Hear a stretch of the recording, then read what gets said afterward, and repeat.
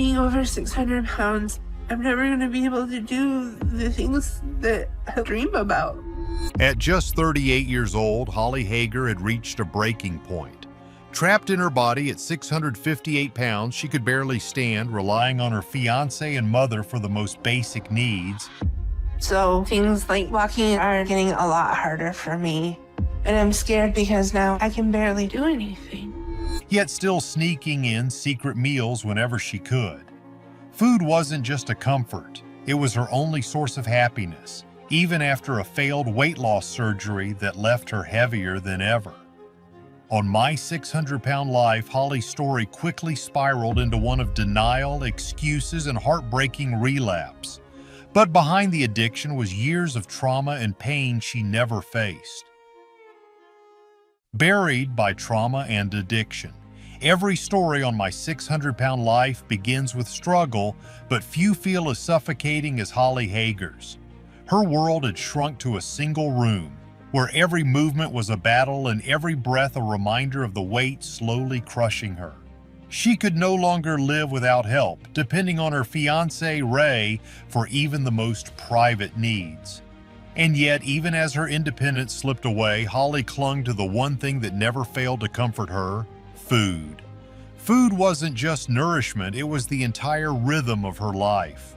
Holly woke up thinking of her first meal and was already planning the second before she finished the first. Her portions were enough for 3 or 4 people, and Ray, though fully aware that he was feeding the problem, admitted he couldn't say no. She has a never-ending hunger, he confessed, and it showed. Breakfast at home would immediately be followed by brunch at a diner. After that, when Ray left for work, Holly would sneak through the cupboards for more snacks, desperate to fill an emptiness that never went away. For her, eating was happiness. But the moment her plate was empty, sadness returned and the cravings began again. It was an endless cycle. This addiction wasn't something that appeared out of nowhere. From the very beginning of her life, food was her comfort. Holly's mother remembers feeding her constantly as a baby. She always cried, always wanted more. By preschool age, Holly didn't think about her weight at all. Food simply felt natural. But by 6 years old, when she was already nearing 100 pounds, the bullying began. Classmates called her names. Teachers, instead of protecting her, humiliated her. Holly recalls one moment vividly. A teacher threw away her lunch in front of the entire class, telling her she didn't need it because she was too fat. Her parents' advice? Turn the other cheek. With no one to defend her, food became her only refuge. As Holly grew, so did her size. By 14, she weighed over 350 pounds, sinking into depression. At 16, a trauma struck that would haunt her for the rest of her life.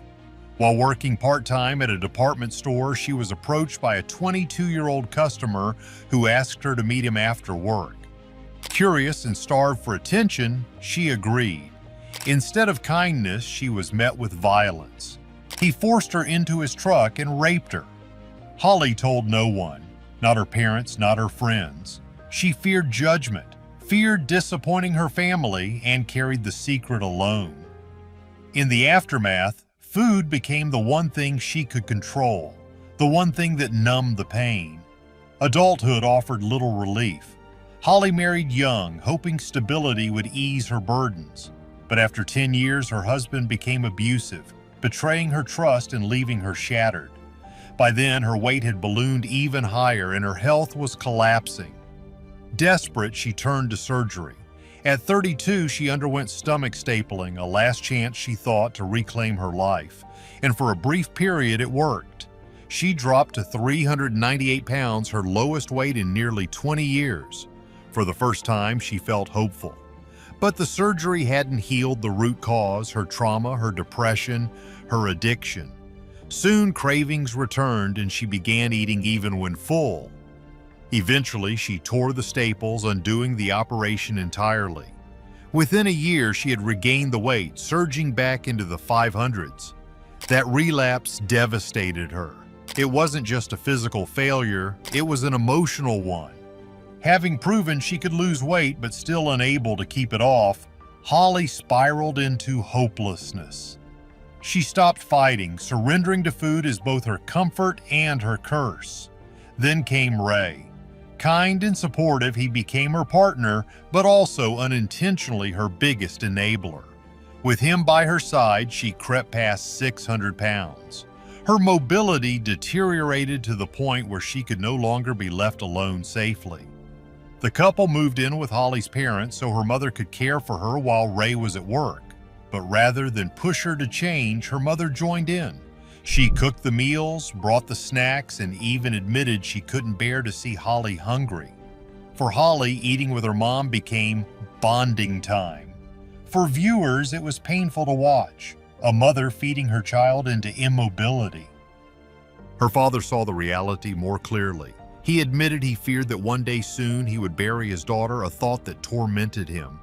Yet even with that fear, nothing changed. Surrounded by enablers, driven by trauma, and trapped in denial, Holly's weight climbed higher. At 658 pounds, her life had stalled completely. College was behind her, her independence gone, and her body failing. Yet still, the cravings controlled everything.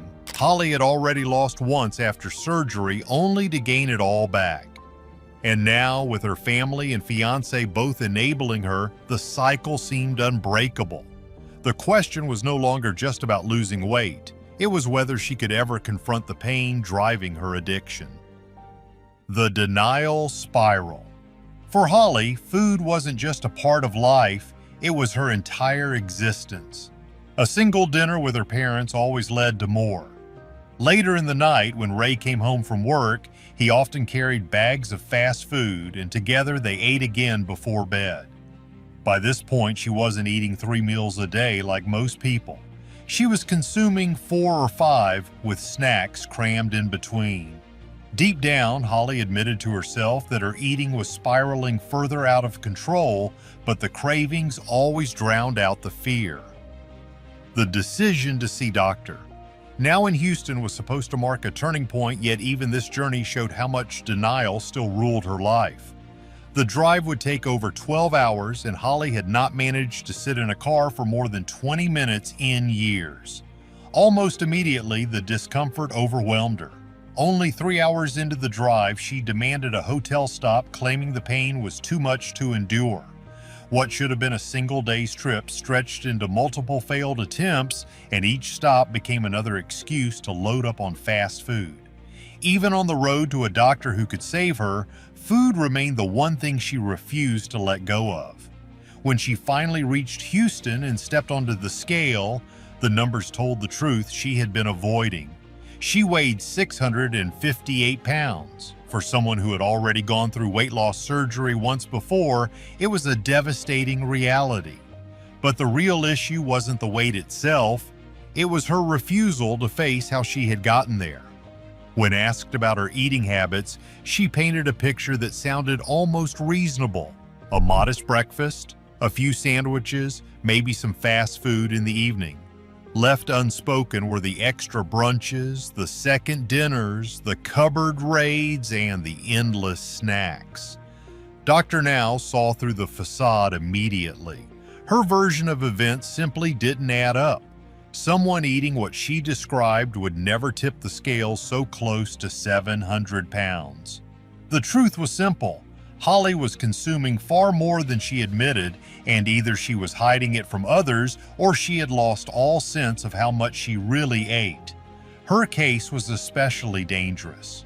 Most people at her weight had less than a 5% chance of long-term success. For someone who had already failed surgery once, the odds dropped below 1%. Holly's chances of survival were vanishingly small.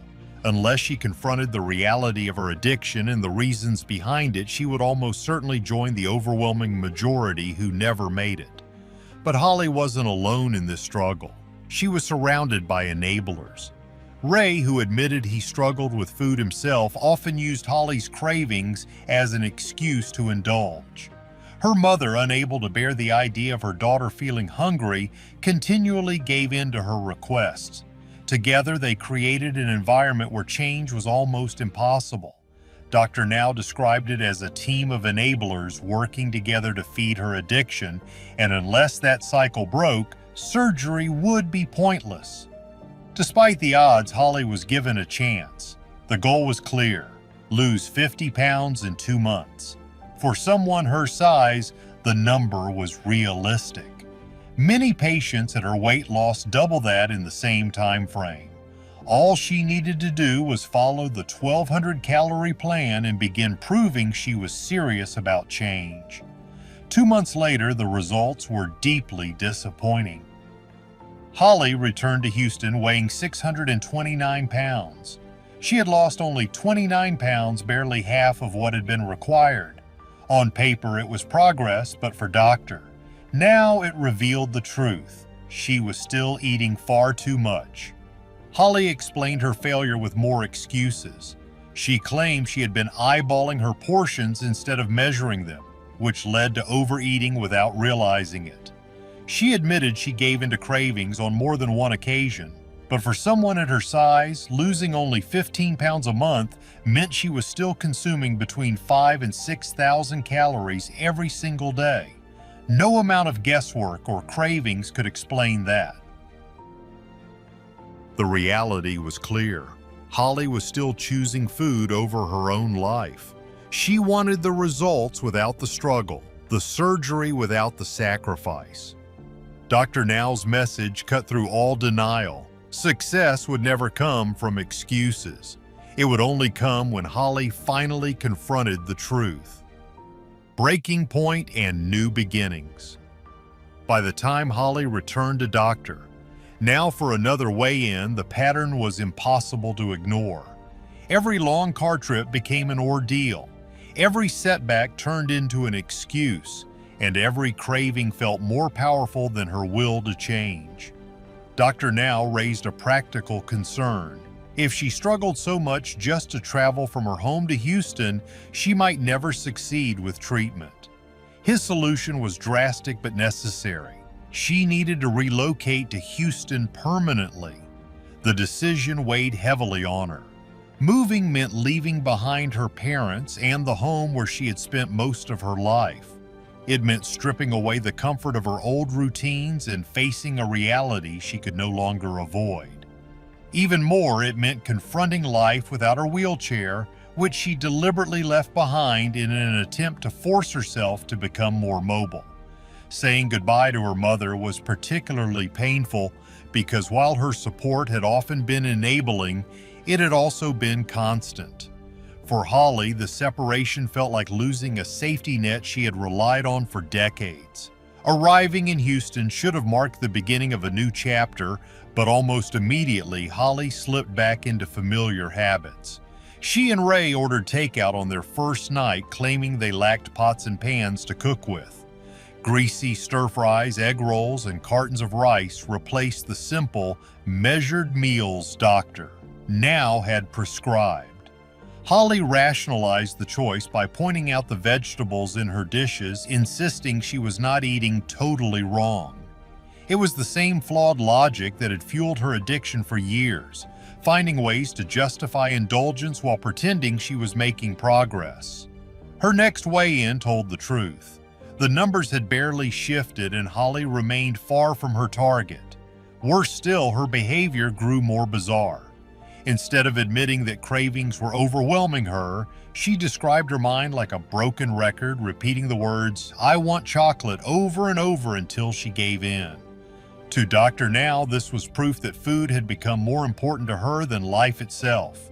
Unless she confronted that reality, surgery would be meaningless. This was the breaking point. At Dr. Now's urging, Holly began therapy where she finally explored the emotional scars that had driven her to food for comfort. She admitted that she ate whenever she felt unloved and that her negative self-image, shaped by decades of bullying and trauma, made her believe she had no worth beyond her addiction. She also voiced a painful truth. Her relationship with Ray often left her feeling like a patient instead of a partner. Yet when she confronted him, he reassured her of their future together, even promising marriage. For Holly, this was the first glimpse of support that wasn't tied to enabling her worst habits. Gradually, progress began to show. At her next weigh-in, she came within 3 pounds of her target. Though not perfect, it was enough for doctor, now to approve her for surgery. But the procedure came with enormous risk. Because she had undergone stomach stapling years earlier, her abdomen was riddled with scar tissue. When Dr. Now began operating, he discovered a dangerous hernia wrapped around her intestine. For a moment, it seemed too risky to continue. But with decades of surgical experience, he managed to repair the hernia, remove the scar tissue, and complete the bypass in one grueling operation. The surgery was a success, but the real work was only beginning. Over the next months, Holly had to prove that she could stick to the plan. This time, she did. In her first month, she dropped 36 pounds. Another month later, she lost 30 more. Within a year, she had shed 183 pounds and finally dropped below 500 for the first time in decades.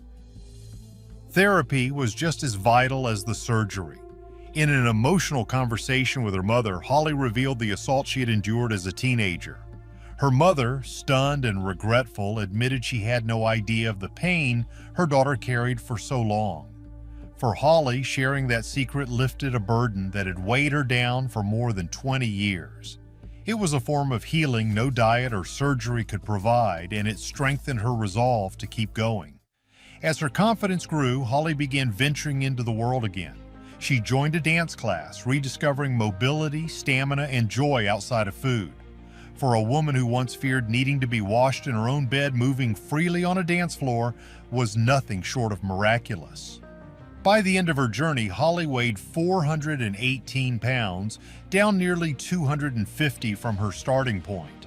Unlike many others on the show who spiraled back into denial, Holly's story ended on a rare note of hope.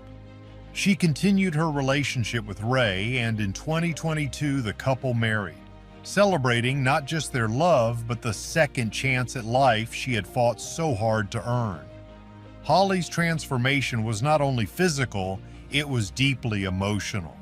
She confronted the trauma that had haunted her since childhood, broke free from the cycle of excuses, and proved that even at the edge of collapse, change is possible. Her journey showed that while surgery can repair the body, only honesty and healing can rebuild a life.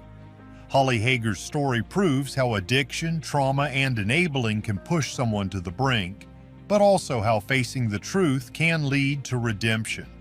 Despite setbacks, she fought back and reclaimed her life. What do you think of her transformation? Share your thoughts in the comments, and don't forget to subscribe for more powerful stories. Thanks for watching.